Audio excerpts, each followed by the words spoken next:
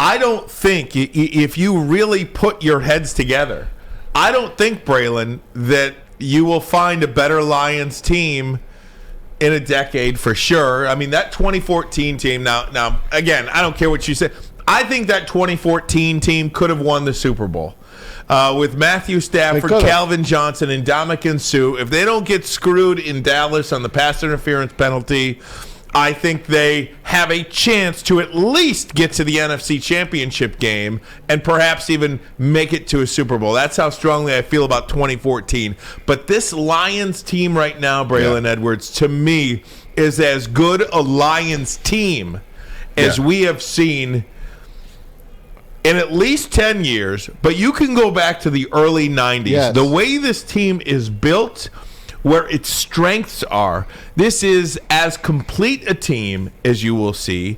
And it's not done with plug-and-play guys that you're getting on a one-year contract at the end of their career as a veteran to just fill it out. These are younger guys who are growing together, who are talented, and I think this team is going to win a Super Bowl together at some point. I don't know what year. Yeah.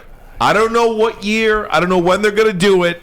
But I think this team has a chance to win a Super Bowl in the near future, relatively within a handful of years. I really believe that. I believe now what you're saying is what Dan Campbell talked about last year when he first started in terms of what his vision was, what his plan was, what was the identity, how they wanted to be tough, how they wanted to be grit. You come into this season, you're thinking the same thing. You were excited early on in training camp. You thought that they would win 10 games. We'll get to that because you might be right. But, it's like, hey, this is what we're building. They didn't go out and get the free agents that were a little bit older, maybe at the end of the career, and pay money or spend money on those guys. They kept it young. They kept it with the guys that were there last year, the guys that struggled at 3-13-1, the guys that fought in December last year, and then in the whole offseason. Like, they came back early. We talk about this all the time, Ryan. They came back in March to get ready for this season. March is still cold as hell outside. It's still snowing here in Detroit. They came back. They're together. They're young. They're on a mission. And then you're Dan Campbell, guy that was on that team that was 0-16. You know how he feels about the Detroit Lions. And you know how he feels about what he wants to change from the ground up.